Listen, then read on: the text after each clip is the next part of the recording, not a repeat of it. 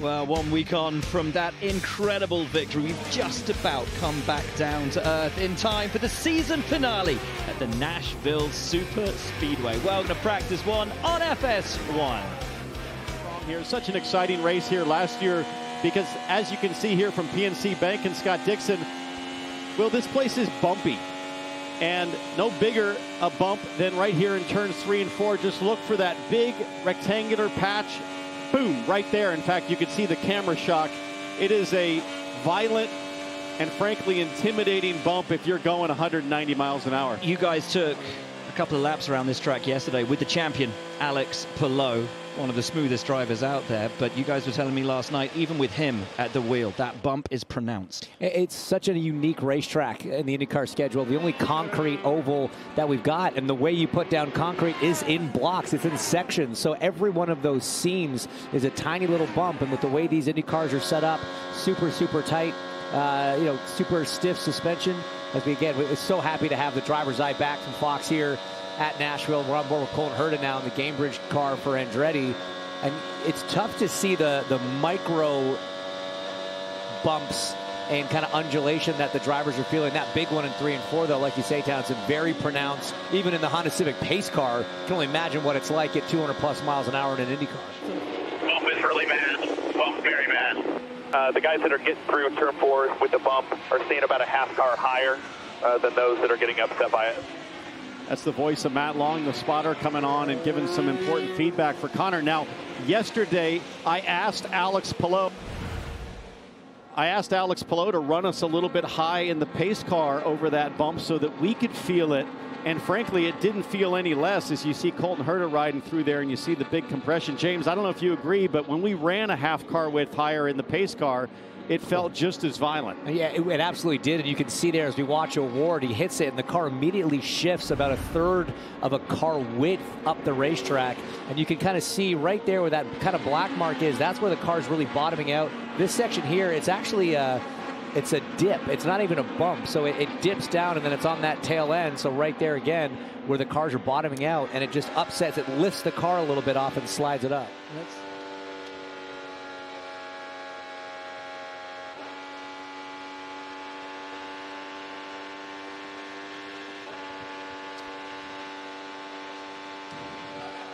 Hello, international friends.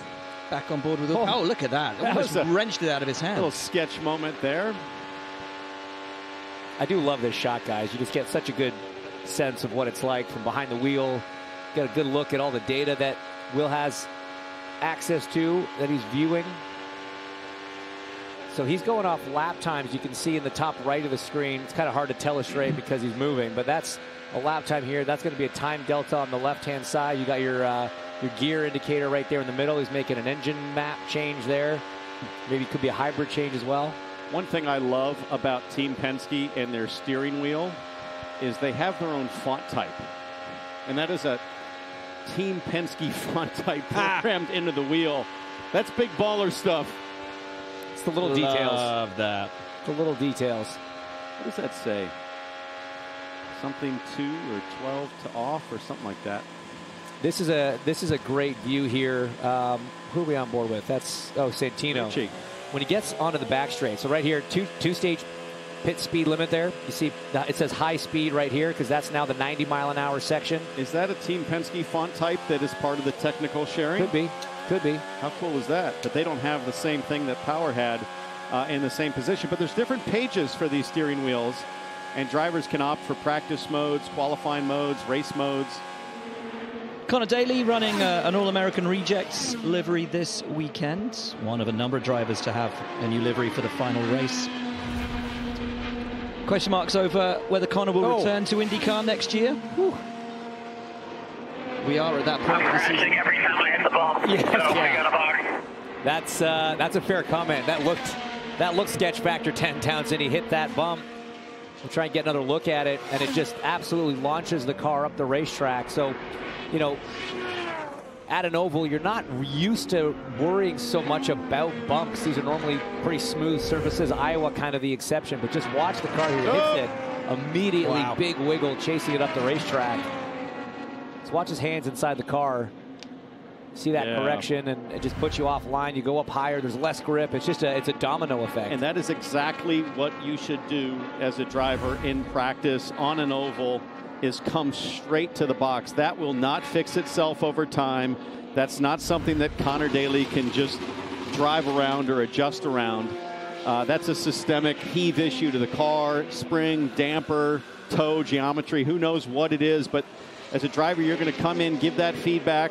The engineers would have seen the steering correction on the data, and now it's time to huddle. You still have lots of time, but this is a critical moment between driver and race engineer to decide what are we going to change. And speaking of sponsorship, the 83 of Robert Schwartzman here, blank side pods right now. As has been the way for the majority of this season over at Prema. A lot of question marks about the future of that team. A lot of question marks about the future of Robert Schwartzman in the NTT INDYCAR Series as well. Someone who I've got to say I expected big things from this year. And yes, he had the pole at Indianapolis. But on road and street courses where I expected him to shine, just hasn't been able to show what I know he's capable of on those kind of a tracks. A frustrating year, I know, for Robert and for Prema. Yeah, it's frustrating for the team as a whole. And look, for Robert, he's coming here. Every single racetrack he's going to is brand new. The concept of oval racing was brand new, and he's actually taken to that, I think, much quicker and smoother than everybody was expecting. And he comes into this last round still in a very, very tight battle with Louis Foster for Rookie of the Year. Listen, I take a macro view. He's a total rookie to IndyCar racing. Everything is brand new. Everywhere he goes, if I look at the macro level results, a pole at the Indy 500, 2 top 10s on ovals, I'll take that as a rookie year. That's a place to build from, and now he knows all the circuits. So I know you expect a lot. This is hard to show up doing what he's doing, and I think he's acquitted himself professionally, competently, solid first year. On board here with Scott Dixon in the wheel tracks of Nolan Siegel up ahead, and that just shows you from the onboard. I mean, for me, T-Bell, I'm listening to throttles right now. I'm trying to see how many of these drivers can do a lap flat. It's a bit of a different aero package this year than what IndyCar ran here last year. So the team's having to kind of figure that out for single car runs and qualifying, for running in traffic. Look at how steady Dixon's hands, though, are over that bump. The car takes the shock, but nothing like the corrections required that we saw out of Connor Daly. Speaking of listening, let's do just that. He's running in traffic. And let's watch and listen to the master.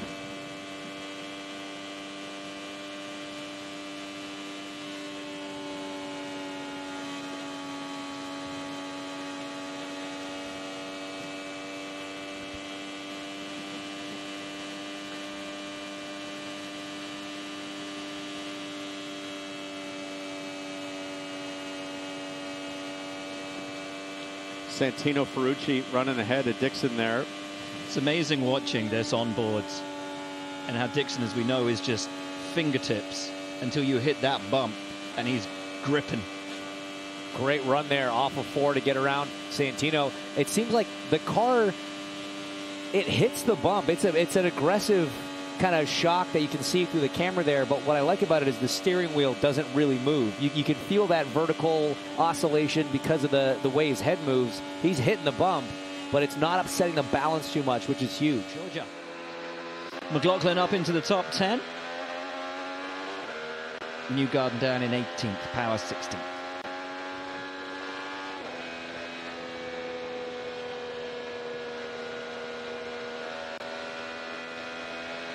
Yeah, it's got to be a frustrating situation for Power because he has been exceptional on the ovals in years past. This is, you know, a type of racetrack. It took him a little while to really kind of figure out, but once he did, Townsend, he had an exemplary record there for a while, won a bunch of races at Texas, at big ovals. Obviously, he's won the Indy 500. He's won at some short tracks as well, but as Georgia mentioned, I mean, the track record this season has just been very out of character, even above and beyond the sort of general struggles that the team's had. You know, luckily he's one of 3 drivers that has experience here outside of one race. Will Power, Graham Rahal, and Scott Dixon. But Power first ran here with Kevin Kalkoven and Jimmy Vasser back in 2008.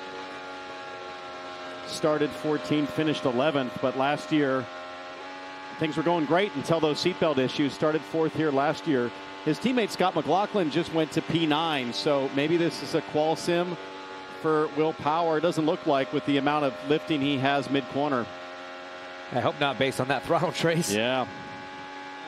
Guys, we'll talk about this more this afternoon because we have a 2-hour practice show to fill after qualifying. But when we were looking at those free agents and Townsend, you mentioned Will Power there.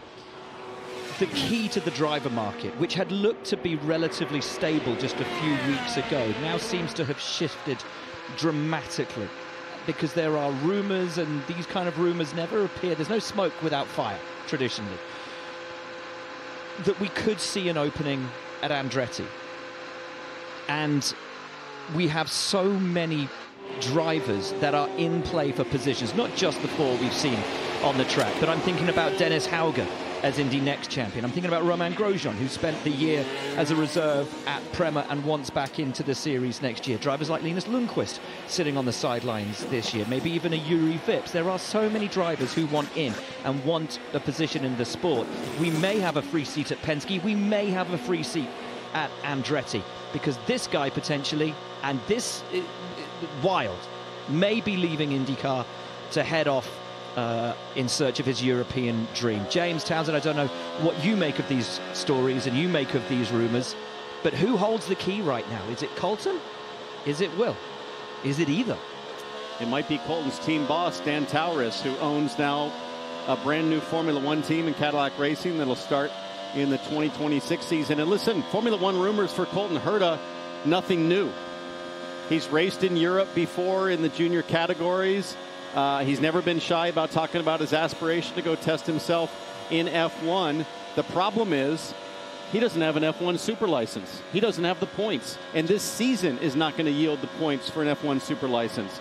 So what's an option? Send Colton Herta into the minor leagues, into F2, to Europe, learn for a year, get those super license points, and then see where things stand. Who knows if it's true, but it's possible. For the 2-hour practice session for more of that. Oh, we've got caution out on track. Track inspection or something more serious? We Don't see any slow-moving or stop. Or is it dots. just a caution? Apparently it's a 30 for Dev. Oh, whoa! Oh boy, is he up in the wall? He is. He is. A kiss in turn 4. And a track inspection as a result. Got away with it. Back in the Doge car. That scary moment. I mean, you get up into that gray. He had a nice save there, but then just was offline, no grip, sort of 4-wheel drifting up to the wall. Hit relatively square. I mean, you're going to want to take a good look at the car either way. Can't risk even a couple millimeters out on toe or camber on this type of racetrack. But that could have been a whole lot worse for Dev and the RLL squad. Understand the yellow car caused the yellow. As we take a look on board with Graham Rahal, up ahead you see smoke. Down below. Ooh. Oh, maybe leaving pit lane. Maybe not. Don't have much info on exactly what happened to him other than that he spun.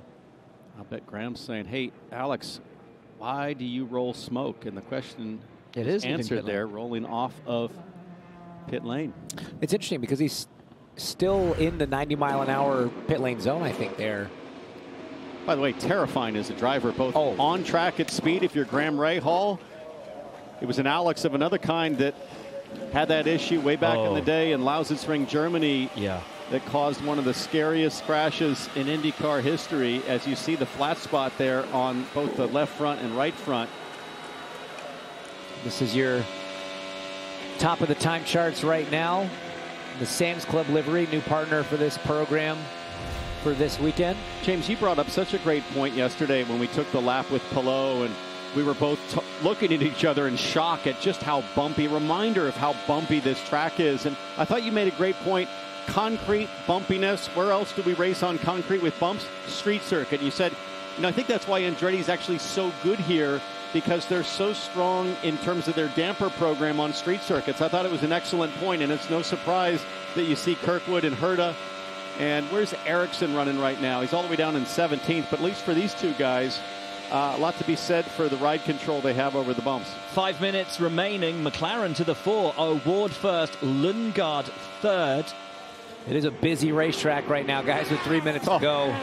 This is probably his second stab on these alternates, but at the same time, with how busy the racetrack is, you can get traffic in a good way or in a bad way. How about these two? Rasmussen coming up on Palou, as Palou now leans into the throttle for his fall sim. Rasmussen does have a grid penalty in his pocket for an engine change coming into this final race weekend of the season. Of course, he did those donuts and burnouts after the race, having won it in Milwaukee. And Towson, you and I were discussing that this morning. Clearly they knew the engine was at the end of its life. Might as well just go and blast it. Burn it down. Nothing cooler when you win a race than getting on the radio and saying, can I? Can I? Like, yeah, you can do it this time. And he did it well. He did a great job. He pulled off some great donuts. So, guys, I'm not seeing evidence that the soft tire is big speed magic, as Alex Palou, I don't know what's going on. He just did a lap. There he goes. Now he just went to 200.2 miles an hour. I think they found a couple of miles. I think the drivers have to trust it first. They're kind of working their way up to it. And here's the thing. At the moment, the vast majority of laps, of course, with a tow. Multiple cars out on track when they run for qualifying later today. They will be alone on the circuit. The fastest non-tow speed of the session, 193.7 for Robert Schwartzman, but that was very, very early on. Right, Georgia standing by with the fastest driver of the session so far, who is Pato O'Ward, who locked in second place in the Drivers' Championship last time out in Milwaukee. Absolutely. Well, here with Pato O'Ward. He tops the charts right now. Are you happy with your car going into qualifying? Yeah, that last run, it took a couple of them to get it peppered in, but that feels good. I'm happy to go with that into qualifying. And yeah, I think that obviously we didn't get a run in on the softs, which we'll be qualifying on, but I think it's just extra grip, or at least that's what it seems like. So I think we're in good shape. To note, he did not do a run on the softs, guys. That is kind of wild, actually, to just think you're going to roll straight into quali on a different tire compound, James. That's confident, but quite a bit different than anybody else.